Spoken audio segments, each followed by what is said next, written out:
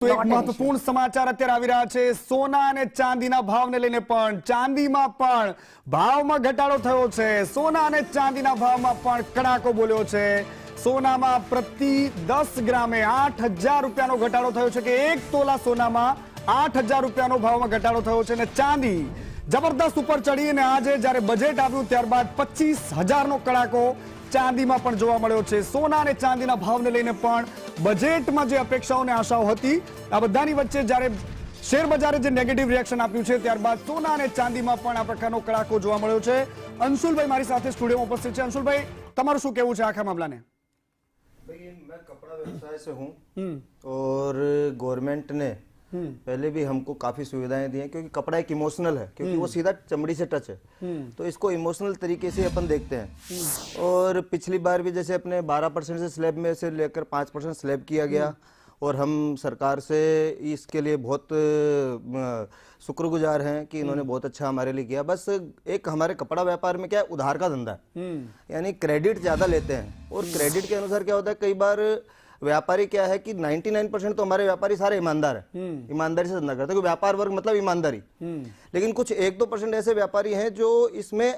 Intentionally कुछ करने का इच्छुक रखते हैं तो सरकार से एक अपेक्षा करता हूं कि कुछ भी इसमें थोड़ा एक कदम उठाए जैसे सपोज करो आज हमने बिजली का बिल नहीं भरा तो बिजली का बिल नहीं भरा तो 7 दिन 10 दिन 15 दिन बाद में बिजली कट जाती तो आज हमको कोई व्यापारी चेक देके गया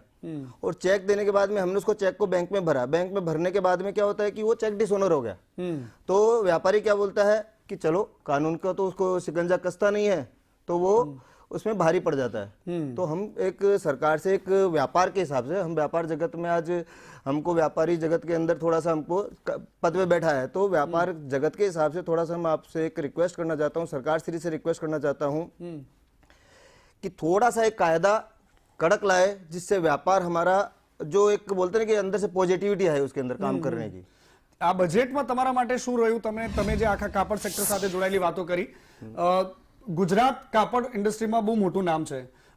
ગુજરાતમાં કાપડ કોરિડોર માટેની પણ વાતો હતી ટેક્સટાઇલ કોરિડોર બને એ પ્રકારની પણ એક માંગણી હતી શું એ માંગણીઓને લઈને જે તમારી આશાઓ અપેક્ષાઓ હતી ઇન્ટરનેશનલ ટ્રેડને લઈને જે તમારી આશા અપેક્ષાઓ હતી ખાસ કરીને તમારું જે કાપડ વિદેશમાં જાય છે ગુજરાતનું કાપડ ખાસ કરીને ભારતીય કાપડ પણ વિદેશમાં જાય છે એને લઈને જે તમારી અપેક્ષાઓ હતી એમાં તમને કેટલા અંશે આમાં ફાયદો થતો જોવા મળે છે अभी हमको एक तो ये सरकार श्री ने एक वो दिया है कि भाई आप एक जगह बैठ के काम करेंगे तो एक पार्क दिया है हमको तो उसकी एक घोषणा की इसके लिए मैं बहुत सरकार श्री से धन्यवाद करता हूँ और अभी एक हमारे लिए एक फ्री जो आया है कि इसके अंदर हम लोगों को अभी पूरे वर्ल्ड के अंदर कपड़ा व्यवसाय महिला कपड़ा का जो है 55% के आसपास अनुमानित अगले कुछ सालों के अंदर हमारा कपड़ा व्यवसाय एक्सपोर्ट के अंदर आगे जाने की तैयारी कर रहा है इस जो सरकार श्री ने हमको जो सुविधाएं दी हैं पार्क की उसके लिए तहे दिल से धन्यवाद सरकार श्री का ઓકે ઠીક છે સર આભાર આપનો અને મારી સાથે સુરતથી નૈનેશભાઈ પચીગર જોડાયા છે ઇન્ડિયન બુલિયન્સ એન્ડ એના માર્કેટના ચેરમેન છે નૈનેશભાઈ તમારું સ્વાગત છે સંદેશ ન્યૂઝ પર તમારી પહેલી પ્રતિક્રિયા શું છે કારણ કે સોના ચાંદીના ભાવ પર જે પ્રકારે ઉપર નીચે થઈ રહ્યા છે બજેટ આવી ચૂક્યું છે તમારી કેટલી આશાઓ ફળી છે એમાં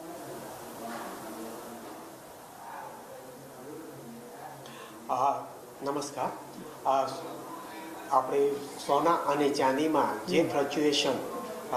અત્યાર સુધી જોવા મળ્યું છે એમાં ઘણી બધી આશાઓ અમારી ઇન્ડસ્ટ્રીને હતી કે સોના અને ચાંદીમાં ડ્યુટીમાં ફેરફાર આવે અને પ્લસ જે પણ અત્યારે ETF પણ કદાચ રોકાણો વધે એ રીતનું સ્ટ્રક્ચર ઊભું કરવામાં આવે પણ આ બજેટમાં માન્ય વિત્ત મંત્રી શ્રી તરફથી કોઈ પણ જાહેરાતો કરવામાં આવી નથી અને ભવિષ્યમાં પણ અમે આ બાબતે રજૂઆત કરીશું કે જો અત્યારે જે અનસર્ટેન બજાર છે કે સોનું અને ચાંદી જે અનસર્ટેન બજારમાં પણ અત્યારે બિઝનેસ કરવો ઘણો મુશ્કેલ બની રહ્યો છે તો એને માટેની સુવિધાઓ જો સરકારશ્રી તરફથી ઊભી કરવામાં આવતે તો અમારી ઇન્ડસ્ટ્રીને અત્યારે બૂસ્ટ મળતે પણ અત્યારે અમને કોઈ એવી પણ ડ્યુટી કે ડ્યુટી ચેન્જની કોઈ પણ જાહેરાત કરવામાં આવી નથી તેથી અમારી ઇન્ડસ્ટ્રીને અત્યારે કોઈ પણ જાતની રાહત મળતી નથી બિલકુલ અને કલ્પિનભાઈ પણ મારી સાથે જોડાયા છે કલ્પિનભાઈ તમારી પહેલી પ્રતિક્રિયા શું છે આ બજેટ છે ને આમ તો આપણે જે પ્રમાણે અત્યારે આપણે ટેરિફ ને આ બધાની સામે આ ભારતને બૂસ્ટ કરવા માટેનું બહુ સારું બજેટ છે, પણ અમારી ઇન્ડસ્ટ્રીને બી જે આશા હતી કે અમારે જ્યારે સોનાનો ભાવ પ્રતિ ગ્રામ 50,000 હતો ને ત્યારે બી 3% જીએસટી હતો, જે આજે 1.5 લાખ રૂપિયા છે તો એનો 3%, એટલે એના અમારે જીએસટીમાં થોડો ઘટાડો અમે સરકારને માંગ કરી હતી, સાથે સાથે ઇમ્પોર્ટ ડ્યુટીમાં ઘટાડવાની સરકારને માંગ કરી હતી. જોકે સરકારે ગયા વર્ષે બહુ સારી માત્રામાં ઇમ્પોર્ટ ડ્યુટી ઘટાડી હતી ગોલ્ડ, સિલ્વર ને પ્રેશિયસ મેટલ ઉપર,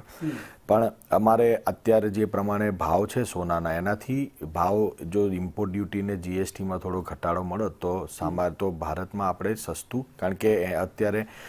ભારતમાં મોટા પ્રમાણમાં સોનું બહારથી આયાત થાય છે, તો એમાં ચોક્કસપણે થોડો ભાવમાં રાહત મળોત. અહીંના કારીગરો જે અમારા 3 લાખથી વધારે આખા ભારતમાં સોના ચાંદી સાથે સંકળાયેલા કારીગરો છે તેમને બી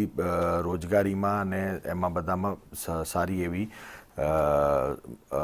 રોજગારી મળોત. બિલકુલ. અને આરોગ્ય ક્ષેત્રની વાત કરવી છે, કારણ કે આરોગ્ય ક્ષેત્રમાં ઘણી બધી દવાઓના દામ સસ્તા કરાયા છે, ભાવ સસ્તા કરાયા છે. ઝલકબેન મારી સાથે જોડાયેલા છે. ઝલકબેન, જે પ્રકારે મોંઘી દવાઓ, જે કેન્સર, ડાયાબિટીસ સહિતની જે દવાઓ હતી, એ દવાઓમાં રાહત આપી છે, પરંતુ એક અપેક્ષા હતી લોકોની કે જે યોજના તહેત સરકાર લોકોને રાહત આપતી હતી, સારવાર આપતી હતી, જેમાં 70 વર્ષની ઉંમર છે એ 70 વર્ષથી 60 વર્ષની કરવાની વાતો હતી પીએમજેની, તો એમાં કોઈ પણ જાતનો બદલાવ નથી આવ્યો. સિનિયર સિટીઝન જે અપેક્ષા રાખીને બેઠા હતા એમને ક્યાંક એવું લાગે છે કે કંઈક અસંતોષ થયો હોય. બીજી વાત છે, મહત્વપૂર્ણ સેક્ટરોમાં આપણા ગુજરાતના જામનગરમાં આયુર્વેદિક મેડિકલ સેન્ટર બનવાનું છે, તો તમે આખા ઓવરઓલ બજેટને હેલ્થ સેક્ટરને લઈને કેવી રીતે જોઈ રહ્યા છો? જી બિલકુલ, જેમ આપણે કહે છે કે રાષ્ટ્રીય આરોગ્ય નીતિ પ્રમાણે જીડીપીના એટલીસ્ટ 2.5% જેટલું બજેટ ફાળવવાનું હતું, જે પ્રમાણે અત્યારે આપણે કેલ્ક્યુલેટિવલી જોઈએ તો પ્રીવિયસ યર કરતાં સારું છે, બટ ઇટ્સ સ્ટીલ 2%. તો એ ક્યાંક થોડું ઘણું છે કે એને આપણે 2.5% સુધી લઈ જવું જોઈતું હતું. પોઝિટિવ વાત એ છે કે બાયોફાર્મા ક્ષેત્રે એમણે 10,000 જેટલું રોકાણ કરવાના છે, દવાઓ સસ્તી થવાની છે અને ઘણું બધું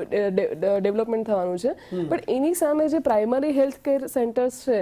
એનો જે ગ્રોથ, કોમ્યુનિટી હેલ્થ સેન્ટર્સનું જેના માટે આપણે રૂરલ ક્ષેત્ર માટે જે કરવાનું હતું, એ ક્યાંક ને ક્યાંક હજી પણ એક કહેવાય ને કે એકની ચકાસ બાકી રહી છે. જેમ કીધું કે પર્ટિક્યુલરલી સિનિયર સિટીઝન માટે કે જે વય મર્યાદા છે ઘટાડવાની હતી, એ પણ હજી ક્યાંક આપણે ત્યાં એક સરકારે થોડું ઘણું એ બાજુ જોવાની જરૂર છે. એની સાથે સાથે જે મેડિકલ, આપણે સૌથી વધારે મિડલ ક્લાસ માટે હતું કે ઇન્સ્યોરન્સ પર ટેક્સ રિડક્શન થવું જોઈએ, જે ક્યાંક ને ક્યાંક હજી સુધી આ વસ્તુને પણ ધ્યાનમાં લેવું જોઈએ. ફાયદા ઘણા છે મેન્ટલ હેલ્થ માટે બી. યોગના અને આપણે જે નેશનલ યુનિવર્સિટીઝ બી સરકારે કીધું કે જે 3 યુનિવર્સિટીઝ છે એ લોકો એસ્ટાબ્લિશ કરવાના છે, પણ એની સામે ક્યાંક છે ને જે લોંગ ટર્મ ઇલનેસ જે મેન્ટલ હેલ્થમાં પર્ટિક્યુલરલી આવે છે, એના ઉપર હજી કોઈ જાતના આપણે પ્રોમિસીસ નથી મળી રહ્યા, અને એની સામે પણ આપણને ક્યાંક કહેવાય ને કે ઇમ્પ્લિમેન્ટેશન બી નથી દેખાઈ રહ્યું, તો એ ક્યાંક રેડ ફ્લેગ દેખાઈ રહ્યો